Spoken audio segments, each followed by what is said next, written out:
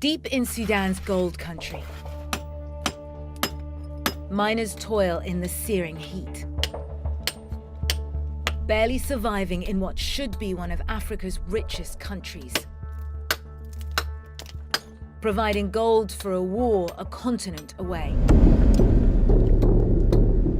We investigate a force more powerful than Sudan's government controlling its gold, subverting Sudan's destiny, threatening me and our sources, and thwarting democracy to evade sanctions in Russia's war on Ukraine. Russian manager's on his way, they say. We uncover the extent of Russia's grip on Sudan.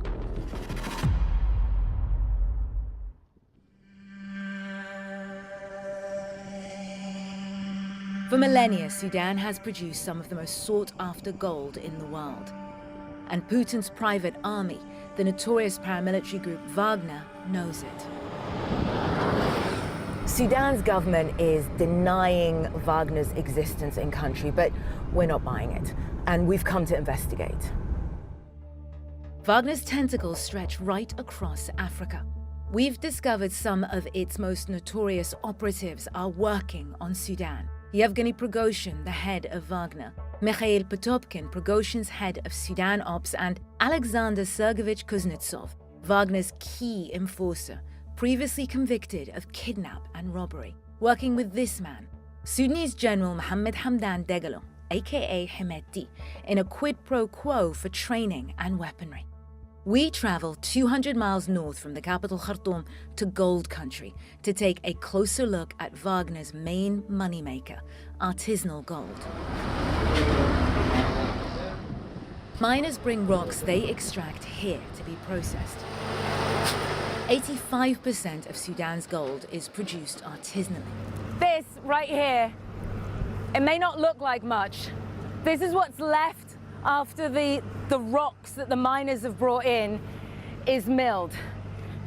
Now, they've taken what they can out of it, but this gets sold. And when it's properly processed with someone who has superior technology, you can make 10 times what those miners over there are making. 10 times more money without any of the back-breaking work. And the only foreign processing plant operational in Sudan is Wagner's Merowe Gold, despite a Sudanese law limiting ownership to locals. Also troubling, Merowe Gold was sanctioned 2 years ago by the United States for exploiting Sudan's natural resources and spreading their malign influence around the globe. According to the Sudanese government, they officially ceased operations, but they are still here, still evading sanctions. We verified their location with coordinates provided by Sudanese anti-corruption investigators and head there to see for ourselves. As we approach, the red flag of the former Soviet Union blows in the wind. Increasingly used by Russian nationalists, it brazenly marks the Merowe Gold compound. A Russian tanker sits next to it. We get to the entrance and decide to ask a few questions, but not before we turn on our covert cameras. دي هالشركة الروسية؟ Well, that's convenient. They've just confirmed the Russians are at this location. نحن صحفيين مع قناة CNN. عاوزين المدير الروسي. عاوزين بس نستفسر معاه في حاجة. There's a black pickup approaching. Okay, تمام. Guards just confirmed that the Russian manager's in that black pickup and is on his way to us.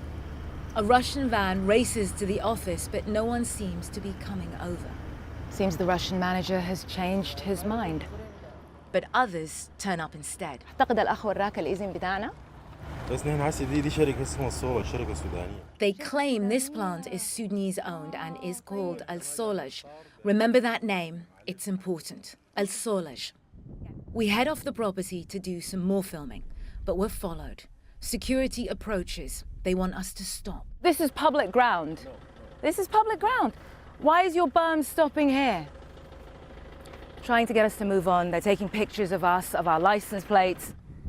The reason they're so nervous, Al Solaj is a front for the Russian company Merowe Gold. Wagner is still operating illegally, a foreign company pretending to be Sudanese to evade US sanctions. We obtained their registration documents to prove it. The document on the left is for Merowe Gold, the one on the right, El Solaj. These dates represent complaints made in employment courts against Merowe Gold. These ones from El Solaj are the same. Under Sudanese law, when a company's holdings are transferred, so are any judgments against it. Here you can see the judgments against both companies are identical. All they've done is change the name. Wagner, hiding in plain sight to avoid US sanctions and keep the financial pipeline flowing back to Moscow and its war on Ukraine. A dangerous business to delve into. Since we've arrived in country, I've been informed by sources of threats that they believe to be credible against me. They say that's what happens here when you look too closely at Russia's business dealings. We're off to meet one of those sources, and he's asked that I come alone. Merowe Gold is a front for the Russians, specifically for the forces of Wagner that are working to exploit gold in Sudan and its export. It's a front, it's not a company. It extracts gold from tailings, and it buys gold from the Sudanese artisanal miners. That's not legal, because the law says that any gold producer is supposed to report the quantity it produces to the central bank and to the Ministry of Mining, and that does not happen. Inside Sudan's central bank, a whistleblower snapped this photo of a computer screen, showing official production in 2021 at 49.7 tons. 32.7 tons are unaccounted for by the central bank. But the real figure, we're told by whistleblowers, could be over 220 tons. That's around $13.4 billion worth of gold a year that's being stolen from Sudan. How has this happened? 2 years ago, the Sudanese people successfully overthrew Africa's second longest ruling dictator, Omar al-Bashir. 18 months later, the military staged its own coup, sweeping aside civilian rule. And they did this, we're told, with Wagner's support in exchange for gold. This man had a front row seat to Russia's machinations and has evidence to prove it stood to gain by supporting the Sudanese military's coup. Under threat of assassination, he's been in hiding for the last 9 months, moving from safe house to safe house. The Russians and Sudanese officers saw the civilians in the government as an obstacle to their plan. The official anti-corruption task force wasn't caving to pressure or threats or even bribery. The armed forces were found to be complicit in the smuggling of gold by the Russians, and it was raised with them. Do you blame Russia for the death of democracy here in Sudan? Definitely. Russia carries the majority of the blame for the stillbirthing of Sudan's democracy. Just days later, his nephew was killed by state actors trying to stop a pro-democracy demonstration. In the 2 weeks we've been in Sudan investigating Russia's illegal gold mining, 10 people were killed protesting for change.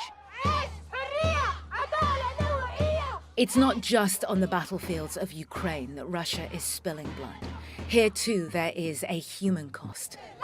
The cost of Russia's support of Sudan's generals in return for its gold. نعم الباغر CNN, Khartoum, Sudan.